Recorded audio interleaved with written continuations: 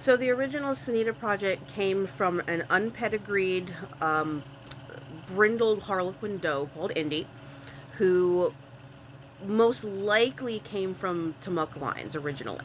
But the problem is that the Timucs, after Texas A&M stopped producing them, were kind of left to go to the wild. And so even people that say I have purebred Timucs on paper, they're not the original breeders. Texas A&M was not really breeding to any kind of a standard. They were just looking for pure heat tolerance. They were only really breeding for heat tolerance and mothering ability. So general traits, but not full traits. Like when we develop a breed, we have a conformation standard, as well as a color standard, as well as other stuff. And there's actually an interview by the original professor that basically says, we just made the composites to make a bunch of mutts that were heat tolerant, that had pretty fur. But they tend to be very rangy, and they tend to have not very good fur quality. So with the Sanitas, I took that Timuc idea and we took it a step further. We really went way a step further. So with the Senita project, I want rollback fur, so proper fur that can actually be tanned and used as functional fur, which is why they have a much thicker, nicer pelt, much nicer coat. So a thicker, longer fur, similar to how a silver fox fur would be, where it actually does roll back and it's slower. It's more of a standing type fur. So that's number one that differentiates from both the Timucs and the New Zealands. Number two, they have more of that older commercial body type. I just sold Adele, a doe, to a friend, one of our other Senita breeders who's in Missouri, and she's actually a pretty good example of what we mean, number one, by sexual dimorphism. So you'll see, I'm going to post the two. So this buck here is a Senita buck, and you'll see he's much tighter. And then this over here is Adele, who's a Senita doe. Granted, she actually was shown as Harlequin because she doesn't have quite as much brindling, but her type is more Senita than Harlequin, and she's bigger. She ended up being 10 pounds max weight, so we moved her out of the Harlequin program. She could still be used for Harlequins if someone has smaller lines and wants to, wants a larger babies to try to increase their size, but she worked better with the Senita, so we moved her over, and she's going to be bred back to Roland and a few other bucks that are more Senita type. But her type, extremely short shoulders. She only has 2 fingers thickness on her shoulders, and the rest is all midsection. So longer midsection, short shoulders, longer midsection, nice long loin. So they do look a lot longer in the female. So there is that sexual dimorphism there. And like Maddie was saying, that is to ensure larger litters, better lung capacity. So with the females, that's kind of more towards what we're looking at. Now let's see. So and also I would like her to have her a little bit deeper, but she's not bad. The other things is, again, that heat tolerance. They tend to slightly larger ears. They also tend to do this ear droopy thing in the summer, which is they have like a temperature regulation. Stephanie who has a herd down in Sanderson, Texas, has been taking notes on that, and she's the one where we sent to the test for the high heat tolerance. So the high heat tolerance, she lives in the desert in Texas, very close to Mexico. They get out to 110 degrees in the rabbit barn. And she's had the Sanitas that have been sent down there still doing binkies and breeding even in very high temperatures. In my barn, I've had the same thing where they are the most heat and cold tolerant in the barn, and they tend to be really good moms.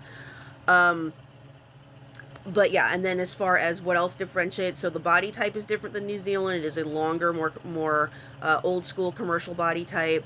They tend to be a little bit, we're trying to get them where they're larger. We're 10 pounds the minimum, where New Zealand's are a little bit smaller than that, although there's been a lot of push where we're even in our New Zealand herd, we're pushing to get them to max out the weight limit in the sop. The other thing about them that's different, so we got the color, it's different. You cannot breed Harlequin from pure New Zealands. You should never get Harlequin from a purebred New Zealand line. I am also working on a genetics book that describes, crossbreeding and color crosses and how to test stuff out, and how to do, coat color testing, and how to determine stuff, and if you do cross something in, what's safe and what's not safe, and if you do make an oopsie and cross something in, but the type is fantastic and like every other point is really good, number one, label it on the pedigree. And number two, do not sell those as a purebred anything. until you feel that you've bred it out. And I have a couple lines that if you go back multiple generations, yeah, we had to start with one or two of the Harlequins, but after test breeding 7 generations, I feel that's safe. If you've gone 7 gens and you've never produced it, you can pretty safely say this does not carry this gene. This is clean. This is a clean coat.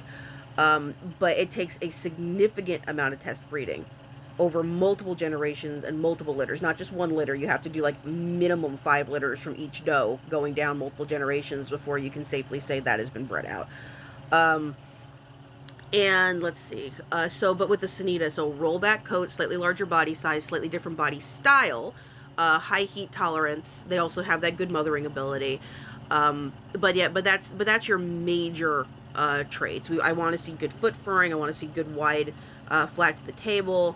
But that's what makes them different from a New Zealand. So yes, New Zealand's were bred in. The first cross was a Harlequin colored doe to a broken black, and then bred back to the red. So we went back and forth with New Zealand red, New Zealand broken, a New Zealand broken black, and then we started, once we got our base stock, the colors that we wanted to play with, and the type that we wanted to play with, then we started to kind of push it over to their own lines.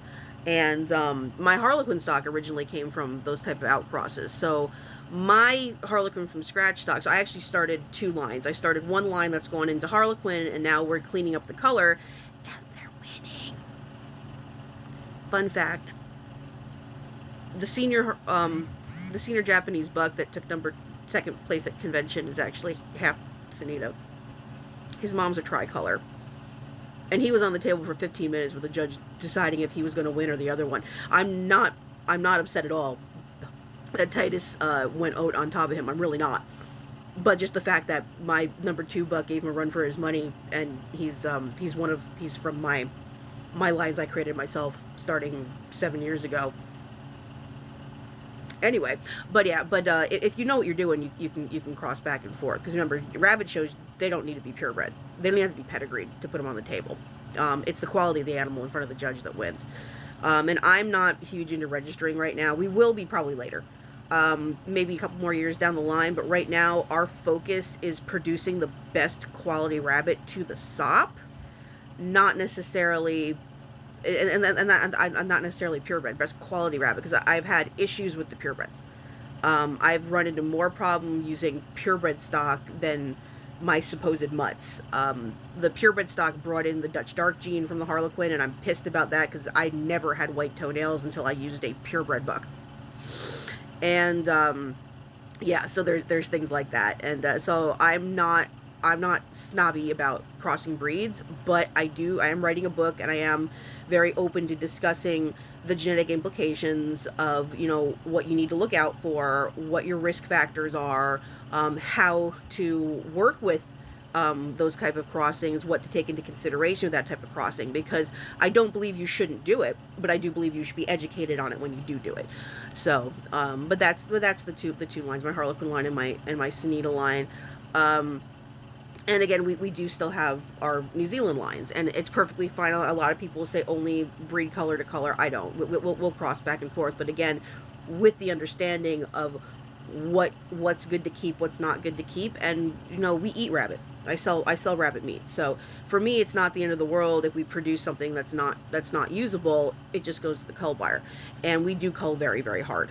A lot of stuff does go.